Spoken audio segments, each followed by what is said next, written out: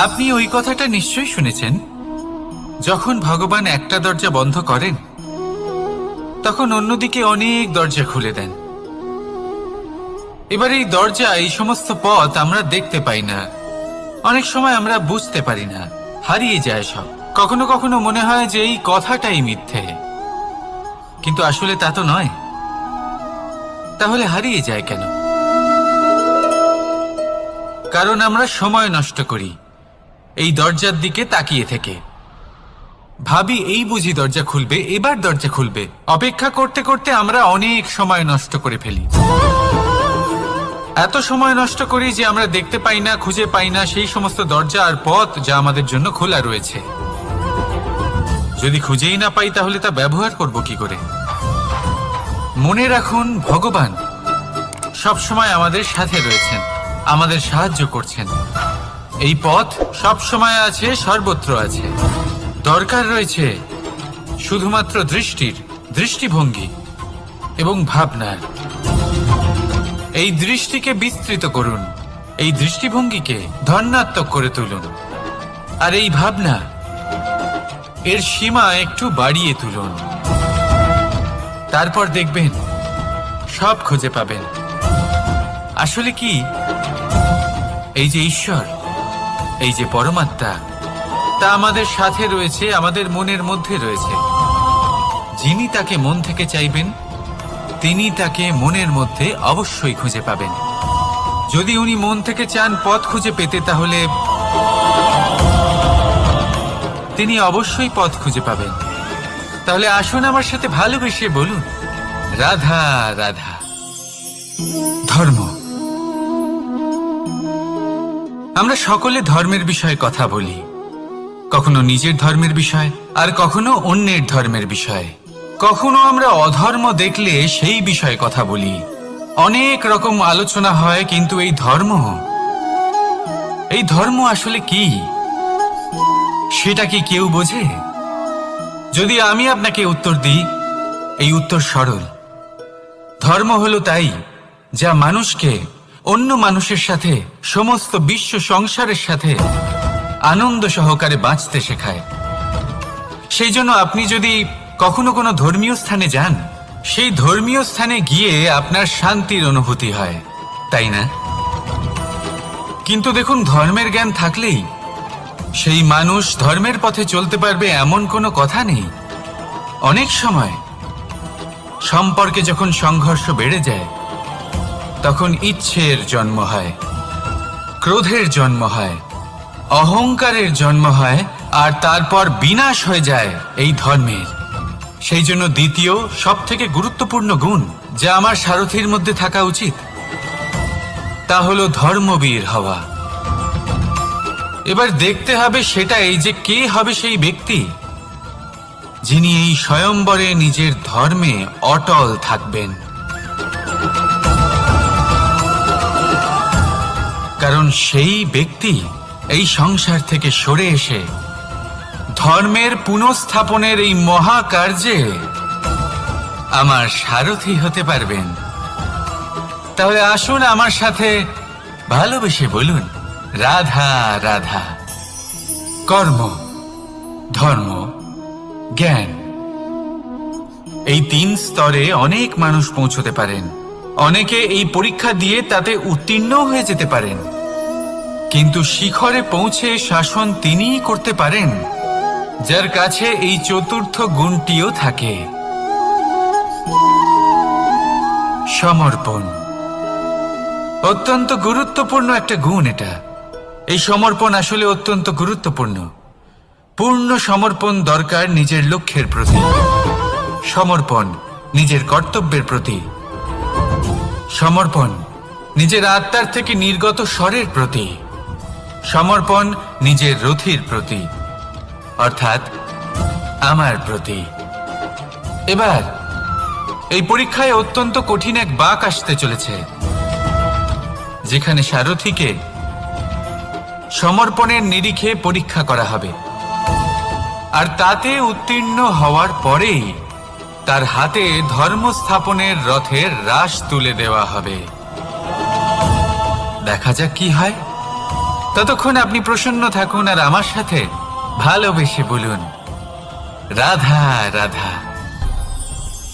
যখন একজন ভক্ত এবং তার ভগবান এক আকার ধারণ করেন, যখন একজন ভক্ত নিজের ভগবানের প্রতি, নিজের জীবনের লক্ষ্যের প্রতি সম্পূর্ণরূপে সমর্পিত হয়ে যান, তখন জন্মগ্রহণ করে ভক্তি। আর তখন সংসারের সমস্ত আশা তিনি ত্যাগ করতে পারেন। সমস্ত আশা শেষ হতে পারে, কিন্তু মানুষের সঙ্গ ভক্তি কখনো ত্যাগ করে না। যখন ভক্ত ও ভগবান এক আকার ধারণ করেন, এক হয়ে যান, তখন রথী এবং সারথীর মধ্যে কোনো পার্থক্য থাকে না। তারাও এক হয়ে যান। একটাই ব্যক্তিত্ব, একটাই অস্তিত্ব। আর সেই জন্যই কখনো কখনো রথীর আদেশ ছাড়াই সারথী রথ চালিয়ে দেন, আবার কখনো সারথীর পরামর্শ ছাড়াই রথী আক্রমণ করে ফেলেন। এ তো শুধুমাত্র আরও একটা গুণ সেই সারথীর মধ্যে, যিনি ধর্ম স্থাপনার মহান কাজে আমার সারথী হতে চলেছেন। তাহলে আসুন আমার সাথে ভালোবেসে বলুন রাধা রাধা। ভাগ করে নেওয়া বা বন্টন করা প্রত্যেক মানুষের জীবনে অবশ্যই হয়ে থাকে, আর অনেক সময় এটা জীবনে অতি আবশ্যক হয়ে পড়ে। কিন্তু ভাগ করার মনোকামনা তার থেকেও বেশি গুরুত্বপূর্ণ হলো যে কোন ঘটনার আধারে এই বাটোয়ারা হলো। অনেক সময় এই বাটোয়ারা হলো শান্তির প্রতীক, আবার অনেক সময় এই বাটোয়ারা বিপ্লব ঘটাতে পারে, এমন এক বিপ্লব যা মহাযুদ্ধ ঘটিয়ে দিতে পারে। দেখুন, বাটোয়ারা সম্পত্তির হোক বা হোক ভিক্ষার, শিক্ষা কিন্তু একটাই। জীবনে অনেক সময় বাটোয়ারা দরকার হতে পারে, কিন্তু যতদূর সম্ভব তা এড়িয়ে চলুন, একসাথে মিলে এগিয়ে চলুন। কারণ দেখুন, এই যে বাটোয়ারা ভাগ করে দেয়, আর সেখানেই একতা আপনাকে অগ্রসর করে। তাহলে আপনিও এটাই করুন, একসাথে মিলে সামনে এগোন আর আমার সাথে ভালোবেসে বলুন রাধা রাধা। কখনো ভেবে দেখেছেন মানুষকেই এই সংসারে সর্বশ্রেষ্ঠ প্রাণী কেন বলা হয়? অন্য কোনো প্রাণীকে কেন নয়? শুধু কি এই জন্যই আমরা চিন্তা করতে পারি, আমাদের কাছে তীক্ষ্ণ বুদ্ধি রয়েছে, কোনো কিছু আবিষ্কার করতে পারি, সেই কারণেই? তা তো অন্য কোনো প্রাণীর কাছেও থাকতে পারে। এমন কিছু পশুও রয়েছে যাদের কাছে তীক্ষ্ণ বুদ্ধি আছে। তাহলে মানুষ কেন? কারণ মানুষের কাছে এমন কিছু রয়েছে যা অন্য প্রাণীর কাছে নেই। মানবতা। মানবতা যা সর্বপ্রথম এগিয়ে যেতে চাইলেও যদি পথে কেউ ধাক্কা খেয়ে পড়ে যায়, তাকে আগলে রাখতেও জানে।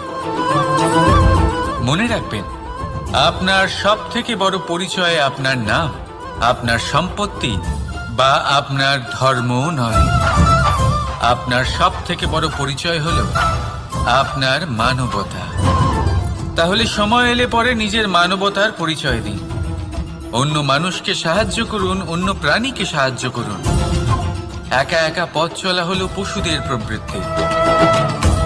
মানুষ হলেন তিনি যিনি অন্যের জন্য প্রাণও দিতে পারেন। মানুষ হলেন তিনি যিনি অন্য মানুষের প্রাণ বাঁচান। সেই মানবতাকে জাগিয়ে তুলুন আর এই জীবন বাঁচতে শুরু করুন। আর হ্যাঁ, আমার সাথে ভালোবেসে বলুন রাধা রাধা। এই সংসারে মাতা পিতা তার সন্তানকে সব থেকে বড় উপহার কি দিতে পারেন? বৈভব, সুযোগ সুবিধা, বাড়ি, নাকি আশেপাশের পরিবেশ? এই সংসারে মাতা পিতা তার সন্তানকে সব থেকে বড় উপহার শিক্ষা দিতে পারেন, কিন্তু তার জন্য সময়ের প্রয়োজন হয়। এবার এই সময় অত্যন্ত অদ্ভুত। সময়ের ধারণা সবার রয়েছে। কখনো কখনো কিছু কঠিন সময় বরদানের মতো আমাদের সম্মুখে আসে। এরকম কোনো সমস্যার কথা যদি আমি বলি, যেমন যুদ্ধ, মহামারী, মহা অসুখ, এরকম সময় আমাদের কাছে যথেষ্ট সময় থাকে। এই সময় আমরা চিন্তা করি, ভয়ভীত হই, কে জানে কত সম্পত্তির ক্ষয়ক্ষতি হবে, এবার এই সময় কিভাবে কাটিয়ে ওঠা যায়? অশুভ চিন্তা তার মনের মধ্যে বাসা বাঁধে। সে বুঝতে পারে না সে কি করবে। আমি বলবো চিন্তা ত্যাগ করুন, এই ভয়কে ত্যাগ করুন। আর মনে রাখুন একটা গুরুত্বপূর্ণ কথা, যে ঈশ্বর আপনাকে বরদান দিয়েছেন যাতে আপনি নিজের কর্তব্য পূর্ণ করতে পারেন। কর্তব্য, নিজের পরিবারকে সময় দেওয়া, নিজের সন্তানকে শিক্ষা দেওয়া। তাদের সাথে বসুন, কথাবার্তা বলুন, আলোচনা করুন। কিছু কথা তারা বলবে, কিছু আপনি বলবেন, কিছু আপনি শিখবেন, কিছু তারা শিখবে। তাদের সাথে খেলা করুন, তাদের সাথে পূর্বপুরুষের গল্প করুন। এইসব করলে তাতে না শুধু তাদের ভবিষ্যৎ উজ্জ্বল হবে, বরং আপনিও সন্তুষ্টি পাবেন। ভয়ভীত হবেন না। আজ বর্তমানে আপনি কি করতে পারেন যাতে আপনার বর্তমান সঠিক হবে এবং ভবিষ্যৎ উজ্জ্বল হবে, তাতে একাগ্র হন। সব কিছু শুভ হবে। রাধা রাধা। সকালে উঠে সবার আগে স্নান করেন কেন? বুঝতেই পারে না। কেন কথায় কথায় বারান্দা উঠোন পরিষ্কার করা হয়? বুঝতেই পারে না। অনেক মানুষজন এটাকে ধার্মিক এবং অন্ধবিশ্বাস বলে, কিন্তু যদি আমি আপনাকে সত্যি কথা বলি, প্রত্যেক ধর্ম বিজ্ঞানসম্মত। প্রত্যেক কাজের পেছনে বৈজ্ঞানিক সত্যতা লুকিয়ে রয়েছে, কিন্তু প্রত্যেক মানুষ সেই নিয়ে কতটা ভাবেন, কতটা বোঝেন আর কি পদক্ষেপ নেন তা হলো আলাদা এবং অত্যন্ত গুরুত্বপূর্ণ, কিন্তু তা হলো বিজ্ঞানসম্মত। আজও যখন আমি আগে বাড়ি যাই, মা সবার আগে আমার হাত পা ধুয়ে দেন, তারপর সবকিছু। তাই আপনি পরিচ্ছন্ন থাকুন, তাহলে আপনি সুস্থ থাকবেন। তখনই আপনার মনে ভক্তিভাব আসবে, তখনই এই সমগ্র সংসারকে সামলানোর শক্তি অর্জন করতে পারবেন। তাহলে পরিচ্ছন্ন থাকুন, সব ভালো থাকবে। রাধা রাধা। মানুষের জীবনে স্বচ্ছতার একটা আলাদা গুরুত্ব আছে। যদি আপনি নিজেকে স্বচ্ছ রাখেন, তাহলে আপনার নিজেরও ভালো লাগবে, সামনের ব্যক্তিরও ভালো লাগবে, একটা অন্যরকম প্রভাব পড়বে। কিন্তু একজন শ্রেষ্ঠ ব্যক্তি কিভাবে হয়ে ওঠা সম্ভব? যার মধ্যে গুণ আছে, শিক্ষা আছে, শুভ চেতনা আছে, যিনি সৎকর্ম করেন। কিভাবে হব সেই ব্যক্তি যার মধ্যে জ্ঞান আছে? শুধুমাত্র স্বচ্ছ থাকলে তো তা হওয়া সম্ভব নয়। প্রথমে আপনাকে বুঝতে হবে যে মানুষের মধ্যে 4টি মূল তত্ত্ব আছে। প্রথম হলো তার শরীর, যার দ্বারা উনি যে কোনো কর্ম করে থাকেন। দ্বিতীয় তত্ত্ব হলো তার মন, যার দ্বারা কোনো কর্ম করার জন্য সে নিজেকে প্রেরণা দিতে থাকে। তৃতীয় তত্ত্ব হলো বুদ্ধি, যে কর্ম আমরা করতে চাই, যে লক্ষ্যে আমরা পৌঁছতে চাই, সেটা আমরা কিভাবে কোন পথে করব সেটা স্থির করা যায় বুদ্ধি দিয়ে। আর চতুর্থ তত্ত্ব হলো আত্মা। আত্মা হলো এমন এক তত্ত্ব যার কোনো সমাপ্তি নেই।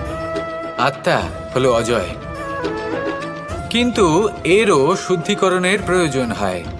এই 4টি তত্ত্বের শুদ্ধিকরণ করতে থাকুন, এদের নির্মল রাখুন, শুদ্ধ রাখুন। এবং এটা কিভাবে হবে? শুভ চেতনা দ্বারা, জ্ঞানের দ্বারা, এবং সব থেকে বেশি গুরুত্বপূর্ণ প্রেমের দ্বারা। আসুন আমার সাথে ভালোবেসে বলুন, রাধা রাধা।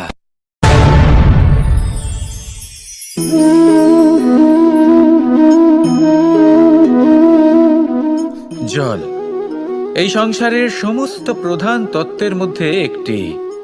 এই জল যে কোনো জ্বালা দূর করে, আগুনকে নিভিয়ে দেওয়ার ক্ষমতা রাখে, অবিরল অবিচল ভাবে প্রবাহিত হতে পারে, একে কেউ বাধা দিতে পারে না। এর পথে বাধা সৃষ্টি করলে নিজের পথ নিজেই খুঁজে নেবে, বা সে নিজেই নিজের পথ বানিয়ে নেবে, কিন্তু কখনো থামবে না। এই জল হলো মহান, আর এর একটা মহান গুণ আছে, এর নিজস্ব কোনো রং নেই। কিন্তু যখন মেঘ থেকে বৃষ্টিরূপে পৃথিবীতে ঝরে পড়ে, তখন সমস্ত সংসারকে রঙিন করে তোলে। যেখানে খরা হয়েছে সেখানে শ্যামল করে তোলে। যে স্থান শ্যামল, সেখানে ভিন্ন ভিন্ন প্রকারের পুষ্প ফুটিয়ে তোলে। এই জল, এই জলের মতন আমাদের হতে হবে। ওর যেমন কোনো রং নেই, আমাদেরও যেন কোনো অহংকার না থাকে।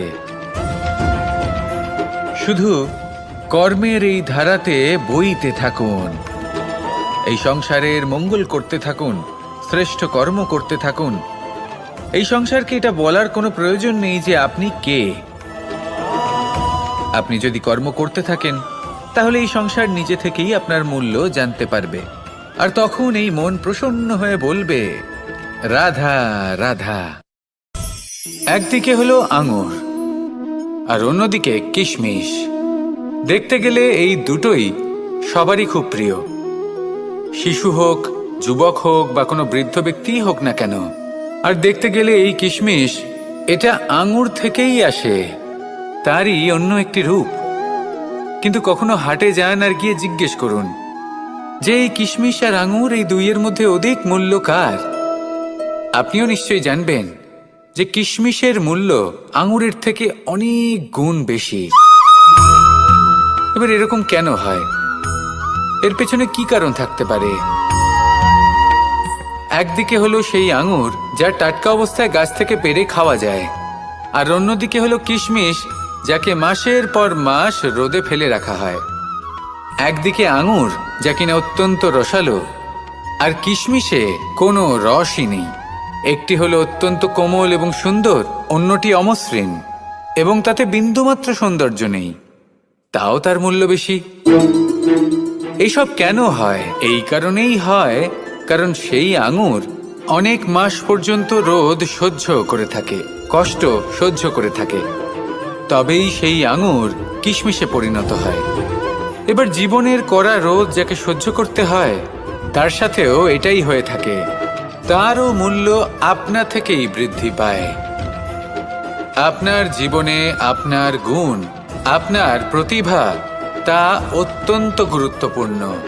কিন্তু যখন আপনি অভিজ্ঞতা লাভ করেন তখনই সেই অভিজ্ঞতা আপনার গুণ এবং প্রতিভাকে আরও অনেক বেশি শ্রেষ্ঠ করে তোলে। তাই জীবনের কঠোর রোদের মধ্যেও দাঁড়িয়ে থাকাটা শিখে নিন, সাহসের সাথে কঠিন পরিস্থিতির সম্মুখীন হওয়াটা শিখে নিন। ঠিক এইভাবেই অভিজ্ঞতা লাভ করতে হয়, আর এই অভিজ্ঞতা আপনার মূল্য বৃদ্ধি করতেই থাকবে, করতেই থাকবে। আর তখন এই মন প্রসন্ন হয়ে বলবে রাধা রাধা। জীবনে আমরা সবাই, এই সংসারে প্রত্যেকেই শুধুমাত্র ওপরে উঠতে চায়, এমন কেউ নেই যে নিচে পড়তে চায়। কিন্তু আপনাকে যদি সত্যের সাথে পরিচয় করাই তাহলে নিচে পড়া অত্যন্ত আবশ্যক। যখন আপনি নিচে পড়েন তখন সর্বপ্রথম আপনার মনে পড়ে ওপরে যখন ছিলেন সেই স্থান, সেই সময় এবং তার গুরুত্ব কি ছিল। তার থেকেও বড় শিক্ষা, আপনার যখন পতন ঘটে তখন আপনি বুঝতে পারেন আপনার আপন কে আর আপনার পর কে। কে আপনার শুভাকাঙ্ক্ষী আর তারা কে যারা আপনাকে ঈর্ষা করেন, আপনাকে ঘৃণা করেন। দেখুন, যখন আপনার পতন ঘটে সেই সময় যিনি হাত বাড়াবেন আপনাকে সাহায্য করার জন্য উনিই আপনার আপনজন। আর যখন আপনার পতন ঘটে তখন শান্ত হয়ে দেখবেন যে আপনাকে দেখে হাসছে সেই আপনার পর। আর এই আপনজন আর পরের জ্ঞান তখনই হবে যখন আপনার পতন ঘটবে, তখন নয় যখন আপনি উন্নতি করছেন। সেই কারণে পতনকে কখনো ভয় পাবেন না, এটা আপনাকে জীবনের খুব বড় এক শিক্ষা দিয়ে যায়। রাধা রাধা। ব্যক্তি কখন সফল হয়, কখন অসফল, কখন ক্ষতি হয়, কখন লাভ, কখন জয় হয়, কখন পরাজয়, এসব কিসের উপরে নির্ভরশীল? বেশিরভাগ লোকেই বলবেন পরিস্থিতির ওপর, আর সেটা ঠিকও। যদি বাইরে বর্ষার পরিবেশ থাকে তবে সেখানে বস্ত্র কিভাবে শুকোতে পারে? যদি ঝড়ের পরিবেশ থাকে তাহলে নৌকা কিভাবে পার করানো যেতে পারে? কিন্তু যদি আমি আপনাকে আসল সত্যি বলি, তাহলে অসফলতার কারণ পরিস্থিতি নয়, সেই পরিস্থিতিকে স্বীকার করে নেওয়া। প্রত্যেকের জীবনে এরকম সময়ে অবশ্যই আসে যখন আমরা চাইলেও পরিস্থিতিকে পাল্টাতে পারি না। পরিস্থিতিকে পাল্টানো অসম্ভব হয়ে ওঠে। এরকম সময়ে একটাই উপায় আছে, পরিস্থিতিকে নয়, মনস্থিতিকে বদলান। আর দেখবেন সবকিছু ভালো হবে। কারণ এই মনস্থিতি আপনার জীবনের সব থেকে বড় সম্বল, সব থেকে বড় সাথী। দেখুন, অপবাদ, অসফলতা প্রত্যেকের জীবনের একটা অংশ অবশ্যই, কিন্তু আপনাকে নিরন্তর চেষ্টা করে যেতে হবে, পুনরায় ঘুরে দাঁড়িয়ে এগিয়ে যেতে হবে, তবেই সফলতা আসবে। যদি এতই সহজ হতো সফল হওয়া, তাহলে সবাই সফল হতো, তাই তো? রাধা রাধা। বন্ধুত্ব, সংসারের সব থেকে বড় সম্পর্ক এই বন্ধুত্ব। জীবনে মা, বাবা, ভাই, বোন, এইসব সম্পর্ক আমরা বাঁচতে পারি না, কারণ এগুলি আমরা জন্মের সাথেই পাই। কিন্তু বন্ধুত্ব একটাই এমন সম্পর্ক যেটা আমরা বাছাই করতে পারি, যা আমরা বানাই, যা আমরা এগিয়ে নিয়ে যাই। তাই এই বন্ধুত্ব নিয়ে গর্ব করুন। যাকে আপনি বন্ধু বেছেছেন তাকে নিয়ে গর্ব করুন। যদি আপনারা দুজনে একসাথে থাকেন তাহলে সেটা নিয়ে গর্ব করুন। যদি আপনার বন্ধু জীবনে এগিয়ে যায়, সফলতা পায়, তাহলে গর্ব করে বলুন, এই সফল মানুষটি আমার বন্ধু। যদি আপনার বন্ধু কোনো কারণে পিছিয়ে পড়ে, কোনো বিপদে পড়ে যায়, তখনও গর্বের সাথে তার পাশে দাঁড়িয়ে বলুন যে এই মানুষটি আমার বন্ধু। বন্ধুর সাথে একজোট হয়ে দাঁড়িয়ে থাকুন, যে কোনো পরিস্থিতিতে, সেটা ভালোই হোক বা খারাপ। এটাই মানুষের সব থেকে বড় পরীক্ষা। আর যে এই পরীক্ষায় উত্তীর্ণ হবে, বুঝে নেবেন তার জীবনে কোনো বিপদ আসতেই পারবে না, তারও না, তার বন্ধুর জীবনেও না। তাহলে আসুন আর আমার সাথে ভালোবেসে বলুন, রাধা রাধা। আমরা সকলে পরিশ্রম করি আর তার ফলও আমরা ভোগ করি, কিন্তু অনেক সময় এরকম হয় যে পরিশ্রম আমরা করি, কিন্তু বাহবা অন্য কেউ পেয়ে যায় বা অন্য কেউ নিয়ে যায়। এবার এই সময় আমরা নিরাশ হয়ে পড়ি, হতাশ হয়ে পড়ি, তারপর কাজে আমাদের একটুও মন বসে না। আমরা আমাদের পূর্ণ যোগদান করা বন্ধই করে দিই। চিন্তা করতে থাকি যে পুনরায় যদি এরকম পরিশ্রম করি আর পুনরায় সেই পরিশ্রমের বাহবা অন্য কেউ নিয়ে যায়, তাহলে সেই পরিশ্রম করেই বা কি লাভ? আর তার পরিণাম, এই সংসার আপনাকে নিকৃষ্ট মনে করতে শুরু করে। এবার আপনি জিজ্ঞেস করবেন, এরকম সময় কি করা উচিত? আপনাকে একটা কথা বলে রাখি, যে যদি আপনি এই নিয়ে চিন্তাই না করেন যে আপনার পরিশ্রমের বাহবা অন্য কেউ পেয়ে যাবে, তাহলে আপনি এই সংসারে মহান থেকে মহানতর কাজ করতে পারবেন, প্রত্যেকবার নিজের থেকে ওপরে যেতে পারবেন। আর এই সিঁড়ি অনেক লম্বা। তাই মনে রাখবেন, যখন কোনো বাগানে ফুল ফোটে, তাহলে লোকে মালিকে বাহবা দেয়, কিন্তু যখন সুগন্ধ বেরোয় তখন লোকে মালিকে নয়, সেই ফুলকে মনে রাখে। সেই জন্য নির্বিকার হয়ে চেষ্টা করতে থাকুন, পরিশ্রম করতে থাকুন, আপনি বাহবা অবশ্যই পাবেন।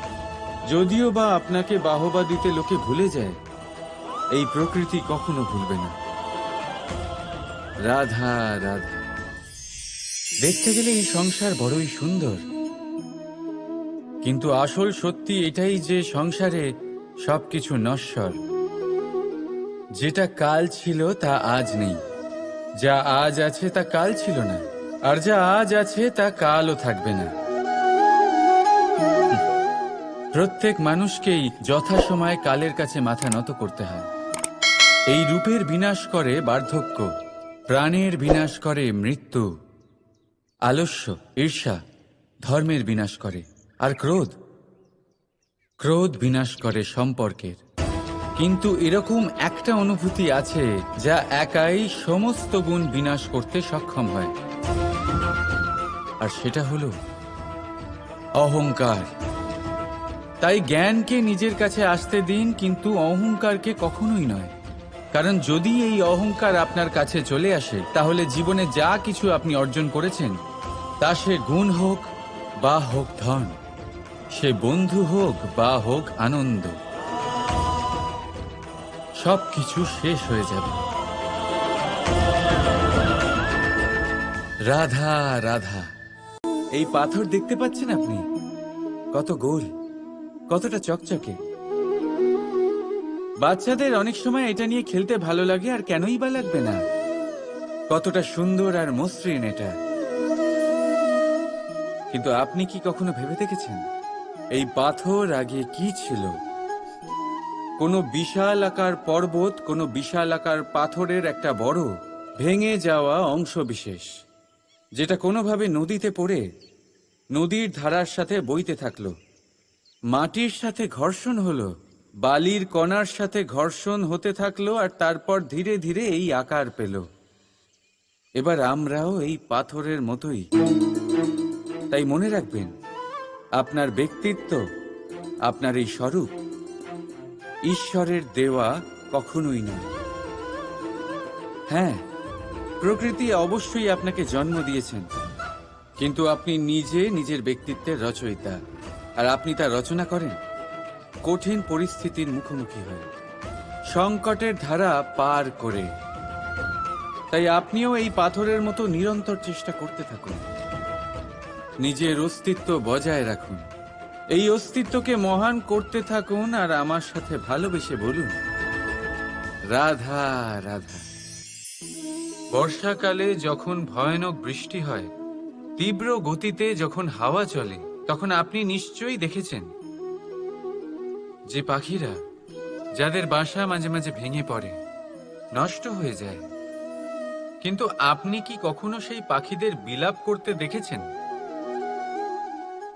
কখনো নয়। যখনই সেই বৃষ্টি থেমে যায়, তারা আবার একটু একটু করে খড়কুটো জোগাড় করে তাদের বাসা বানিয়ে ফেলে। নিজের সংসার সেই রকমই বানিয়ে দেয় যেমন আগে ছিল। এমন কেন? কারণ এই ঝড়ের তাণ্ডবের সাথে সেই পাখিদের কোনো বোঝাপড়া করারই নেই। তারা শুধু সেটাই করতে থাকে যেটা তাদের হাতে আছে, আর সেটাই হলো, আর এটাই হলো সুখী জীবনের মূল মন্ত্র। যেটা আপনার হাতে নেই, তা নিয়ে বিলাপ করে আপনার কোনো লাভ হবে না। মনোসংযোগ তাতেই করুন যা আপনার হাতে রয়েছে। যা বদলে গেছে তাকে আপনি আবার বদলাতে পারবেন না, কিন্তু যা আপনি বদলাতে পারবেন তাতে মনোসংযোগ করুন। এই জীবনে একটু ধনাত্মক হয়ে উঠুন, দেখবেন সব শুভ হবে। রাধা রাধা। ছোটবেলায় একটা জিনিস আমি কখনো বুঝে উঠতে পারিনি। আমি সবসময় আশ্চর্য হয়ে থাকতাম যে এটা কি করে সম্ভব হতে পারে। ব্যাপারটা ছিল এরকম, আমি আমাদের গোয়াল ঘরে দেখতাম ভিন্ন ভিন্ন রং রূপের গাভী। কারোর রং কালো তো কারোর রং সাদা, কেউ খয়েরি তো কারোর রং বাদামি। এবার আমি দেখতাম কারোর কারোর শিং বড় তো কারোর এত ছোট যে দেখাই যায় না। কোনো গাভী আকারে ছোট ছিল তো কেউ একটু বড়। কিন্তু যখন সেই সব গাভী দুধ দিত, তখন আমি দেখতাম সেই সব দুধ সমান, রং সমান, স্বাদ সমান, গুণও সমান, আর সমান পুষ্টিও। এবার আমি এটা বুঝতে পারতাম না। আমার দৃষ্টিতে তো সমস্ত গাভী আলাদা আলাদা ছিল। আমি ভাবলাম আমি মাকে জিজ্ঞেস করি। মাকে জিজ্ঞেস করলাম। মা আমাকে বললেন, কানাই, রং রূপ পাল্টালেও গাভীদের বাস্তবিকতা তো পাল্টায় না। গাভী তো গাভীই থাকবে। এবার আমি এটা বুঝতে পারি না যে মানুষ এটা আত্মসাৎ কেন করতে পারে না। দেখুন, রং, রূপ, জাত, ধর্ম, ভাষা, এই সবের উপরে হলো মনুষ্যত্ব। আর মনুষ্যত্বের একটাই ধর্ম, আর সেটা হলো প্রেম। তাই এই প্রেম আপনি সকলের সাথে ভাগ করে নিন। প্রেমের সাথে সকলের সেবা করুন। এই মনুষ্যত্বর অমৃত চেখে দেখুন, আর আপনি বুঝে যাবেন যে আমরা কেউ আলাদা আলাদা নই, আমরা সবাই সমান। রাধা রাধা। সাগর, কত বিশাল হয় এই সাগর! কি না করতে পারে এই সাগর! এক মুহূর্তের মধ্যে সব ধ্বংস করে দিতে পারে, প্রলয় ডেকে আনতে পারে, সংসার মুছে ফেলতে পারে। এই সাগর জীবন জ্যোতি নিভিয়ে দিতে পারে। কিন্তু এই সাগর যা মেটাতে পারে না, তা হলো একজন তৃষ্ণার্তের তৃষ্ণা। অন্যদিকে এই ঘোড়া, যা এতটাই ছোট যে গোপিনীরা একসঙ্গে অনেকগুলো নিয়ে চলতে পারে, কিন্তু এই ছোট ঘোড়া অনেকের তৃষ্ণা মেটাতে পারে। এবার বলুন, জল সাগরেও আছে, আবার এই ঘোড়াতেও। তাহলে পার্থক্য কোথায়? এখানে পার্থক্য হলো তাদের আচরণের মধ্যে। একজন মাটির মধ্যে মিষ্টি জল ধরে রাখে, তো আরেকজন নিজের নোনা জলের আঘাতে যে কাউকে মাটিতে মিশিয়ে দিতে পারে। আপনি কি হতে চাইবেন? সাগরের নোনা জল হয়ে কারোর আশা চূর্ণ বিচূর্ণ করে দিতে, নাকি মিষ্টি জলের ঘোড়া হয়ে কারোর তৃষ্ণা মেটাতে? সিদ্ধান্ত আপনার। রাধা রাধা। কতবার এমন হয়, আপনি কোনো কাজ করার জন্য কাউকে দায়িত্ব দেন, কিন্তু সেই ব্যক্তি সেই কাজ সম্পন্ন করতে পারে না, অসম্পূর্ণ রেখে দেয়, অথবা ঠিকভাবে করতে পারে না। এবার এই পরিস্থিতিতে কি হয়? আপনি ক্রুদ্ধ হয়ে যান, তার উপরে আপনি রেগে যান, তাকে তিরস্কার করেন, আর তারপরে সেই কাজ সম্পন্ন করতে আপনি নিজেকেই নিযুক্ত করেন, আর শেষ পর্যন্ত সেই কাজ সম্পন্ন হয়েই যায়। এবার এই বিষয়ে সমস্যা সেই ব্যক্তির চেষ্টায় নয়, সমস্যা আপনি যে সেই ব্যক্তিকে ভরসা করলেন তার ছিল।